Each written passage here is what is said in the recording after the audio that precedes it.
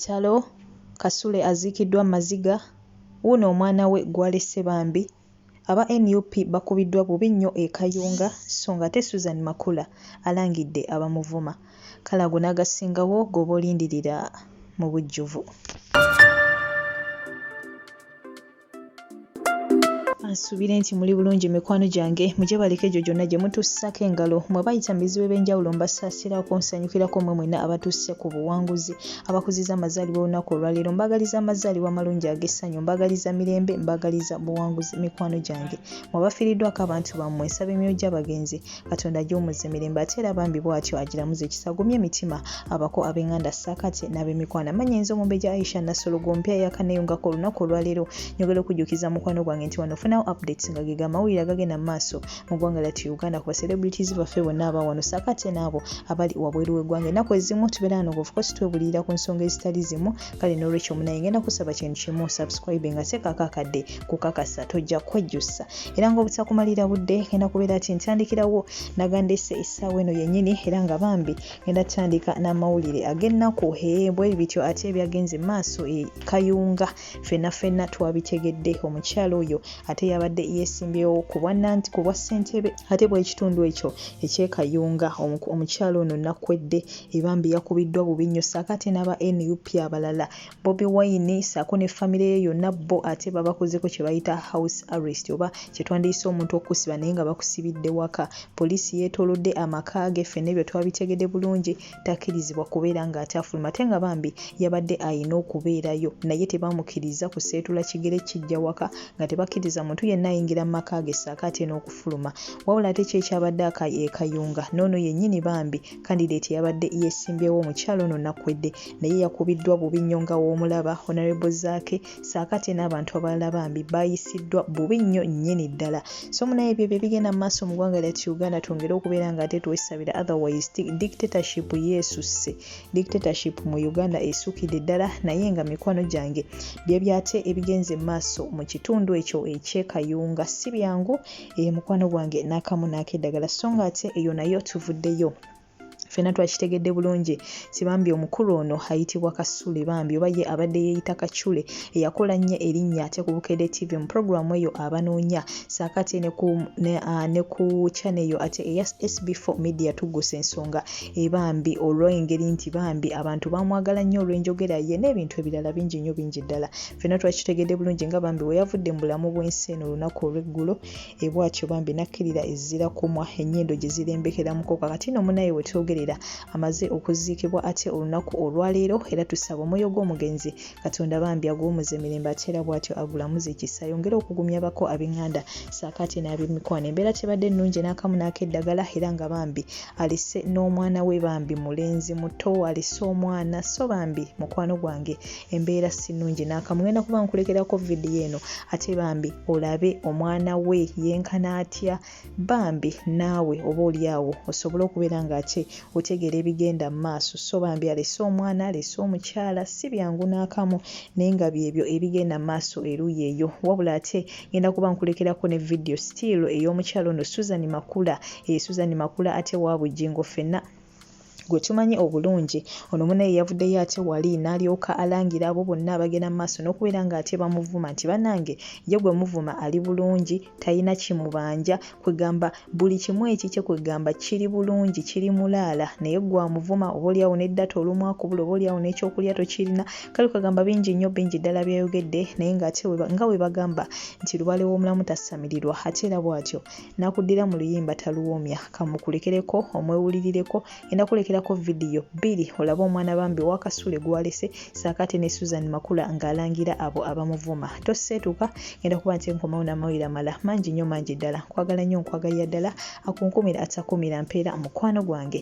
subscribe nga woba tonnaba like nga vidiyo eno woba ojagadde gisharinge woba ojagadde musule bulungi mweraba mwana wa Kasule ono kyafuuse mulekwa wekitegeera bintu si byangu naye Mukama yongera tosaasira gwe aba asobodde bambi okuba nga oyambako n'omwana because tukyetaaga obuyambi nga bwe mukimanyi abadde musajja muyiribi ng'ayiriba nno ddala akimanyi nti alinayo omwana kati yafuuse eddabitalo Crash, daddy wo yani? Daddy omanya erinnya? Yani daddy? Yani daddy. Omalira obudde ku makula, she's happy. Kibwanje? Income eyingira. Omusala gwange tegukyukangako okuggyako gwongerako. Tugende tulye ku kyemisana. No, I'm a good employee. We know. Bano batwongeza emisaala as salt. Batwongeza emisaala ne gweyongerako ng'okosezza data wanusu ebyo. In fact ne bakuweereza ne ka warning 70%, you've used 70%. Nze sikafunanga ku simu yange. Kati sikerangako nga sina airtime, sikerangako nga sina data. Omusala gwange gujja kitegeeza emmere gyeri. Ate okola. Ate nkola, I'm happy.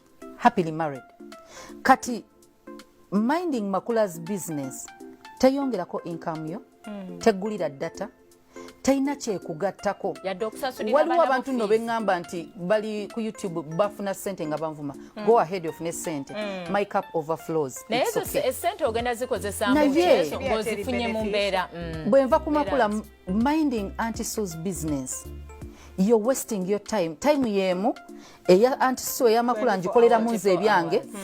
My purpose in life, Katonda ya mbere ku salt, I'm working, kumakyankira nezya nenkola. Eddako is to love my husband, I'm doing it. Kati gwe time yemu gyenkoleramu ebyange tokoleramu bibyo. Oli ku gwe. Akwongera fame. Tugenda tuka nga fembi tuli 40. I have something to show. My husband will stand somewhere agambe I'm proud of my wife. Gwani anakyogera. My children will stand bagambe we are proud of our mother. Ku mulimu gwange mwami Senkubuge juzi yansanga nangamba bannange webale kubeerawo. Let me tell you, my general manager yanneebaza nangamba ensi yali ekuma nga ndowooza oli eyo oli stressed togenda nakujja kukola you on radio, you are on TV, obadde ng'olina okola emikono ku radio nogira junction tosobodde kubaawo because time yali teguganye. Thanks for being a good employee. That's important. Ye boss wo. My boss, then my husband, then my family, then my friends are happy. Kati kitegeeza obudde bwange bwonna mbukozesezza bulungi. Oli mukozesa budde bwo ovuma oba Museveni oba Makula, whoever you are attacking on social media. You're wasting your time for views. Abantu abasinga bakulaba ng'era tebali kwebaza. They'll never say thank you. They'll never give you 50,000. Gononya rent. Bayinza n'okwegattako ne bavuma. Please use your time. At the end of the day, we don't have much time here on earth. Fena tetumanyi budde bwe tulina tugenda kufa naye tetumanyi budde bwe tugenderamu. Use your time wisely. Omutuufu n'ali. Banange work for your children. Banaye tukole. Pavini agamba nti tamanyi nti bamuvuma because omanyi lwaki tomanyi? Because of obudde olina ebyokukola. Tolina budde kuyita mu views. Very true. And manya mu comments. You don't have then time. The other thing is, and all you're doing is investing for your children and your family. Yes. How many are we in Uganda? Like 40-something million? We are 50 million. Bagamba internet abayina smartphones mu Uganda tebawera bukadde bubiri n'abakozesa internet kakadde kamu. So out of the 50 million, it's 1 million on social media and not that 1 million kuvuma. So you have like 20. Only a 20,000 oba je namba nyingi. Eriyo abalala actually abali very reasonable. So bawa comments ennungi by the way, baweereza essaala naye singanya. Nze kyenjagala bambi abantu bayige. Abantu betumalirako obudde. Bali ku levels ndala. Waliwo one time bwe nalaba comment ku gundi. Omuntu yali avumye Pavini obambu enviri watezinyumye ku Facebook. Tunula ne ku profile picture tezizenga mbizi. Sekyo no nze byosibikebera. Nengamba singa bakimanyi nti Pavini yasibya smilinga sente nga zize. Right now I'm so happy with myself. And the husband said you look so nice. You look beautiful. And then ebintu byeyambaliddeko tebyenkana data wa muntu ono. No. So ogenda okwesanga ng'omuntu gw'ovuma agenda maaso. Pavini tuyomba wanalwana kukogga gw'oli eyo kogga stress. Ava kunviriza Pavini alwana akogge nga anoonya ekimukozza talina stress ayinonoonya kati gwatabisoma nabisoma. Please be happy to each other. Let's be more kind. Let's be more respectful. You don't want to be the final comment that drove someone to suicide. It won't be one of us. No. But there are people out there who are not strong enough. I think what tukiyita self-care. Wefeeko oleke kubanga owerumya ate nekirala nsaba nti abantu baffe baserebwa bali mu limelight bwe bafuna ebizibu ebimu oba ebirala tulekeraawo okukiyimba